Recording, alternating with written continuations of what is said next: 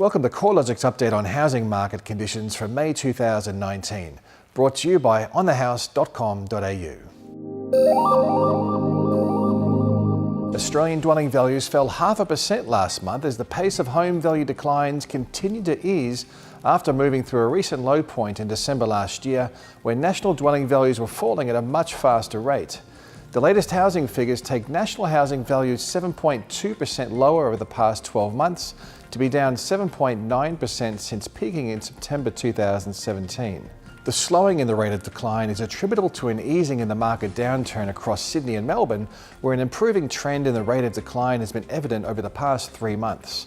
In December last year, Sydney dwelling values were down 1.8%, with the pace of falls progressively moderating back to a month-on-month decline of just 0.7% in April.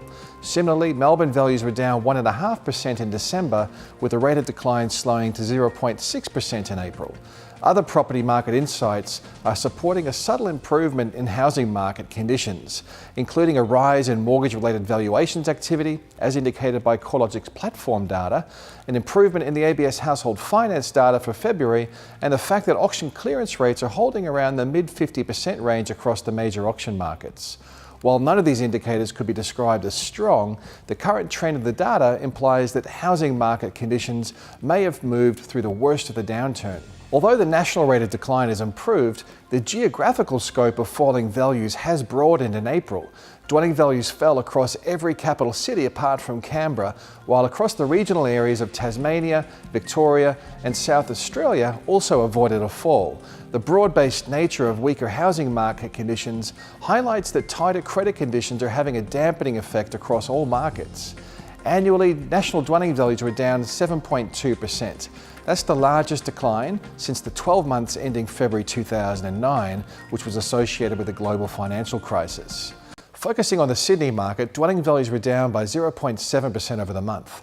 Although the month-to-month falls remained substantial, this was the smallest decline in 6 months, continuing a trend that has seen the rate of decline improving since the beginning of 2019. Since peaking, Sydney values have reduced by almost 15%, providing a substantial improvement to housing affordability and pushing rental yields higher. Listing numbers across the Sydney marketplace remain high, providing buyers with a wide range of choice and a strong negotiation position. Vendors, on the other hand, are continuing to face a challenging selling environment, which has led to a substantial reduction in new listings being added to the market. Overall, we're seeing further evidence that the worst of the housing market conditions might now be behind us. Values are still broadly declining, however the pace of decline has moderated since December last year, and there are some tentative signs that credit flows have improved, albeit from a low base. Considering that tighter credit conditions were one of the primary catalysts for the housing market downturn, any sign that credit availability is improving would certainly be a welcome outcome for the housing market. According to the Australian Bureau of Statistics, lending to households for dwellings, excluding refinancing, was up 2.7% on a seasonally adjusted basis in February.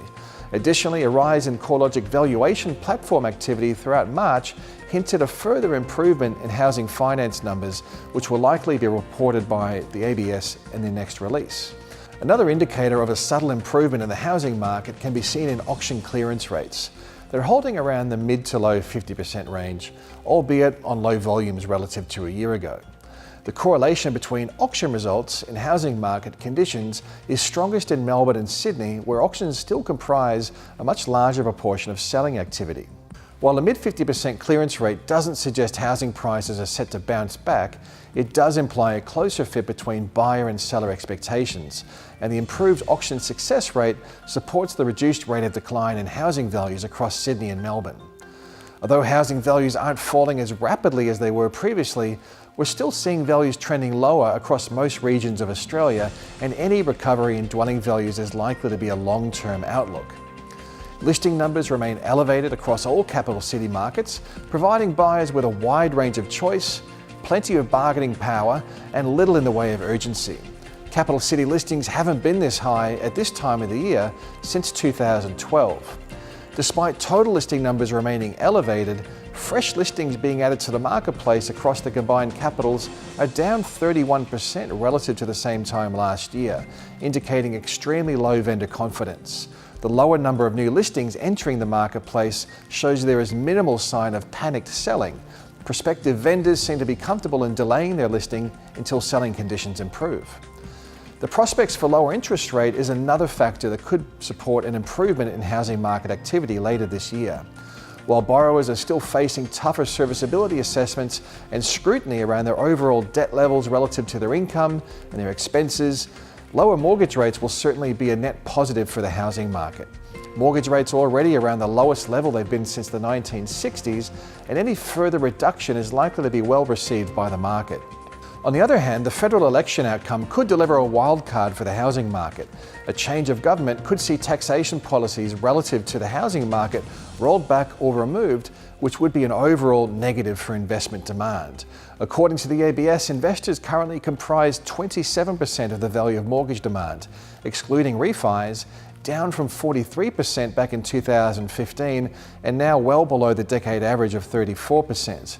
A further reduction in investment activity without a commensurate rise in owner-occupier activity would likely place further downwards pressure on housing prices, especially across the heavily supplied, high-density sector of the market.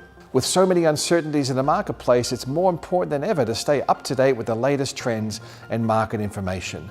Make sure you're keeping up to date with the latest facts and figures via the research pages at www.corelogic.com.au.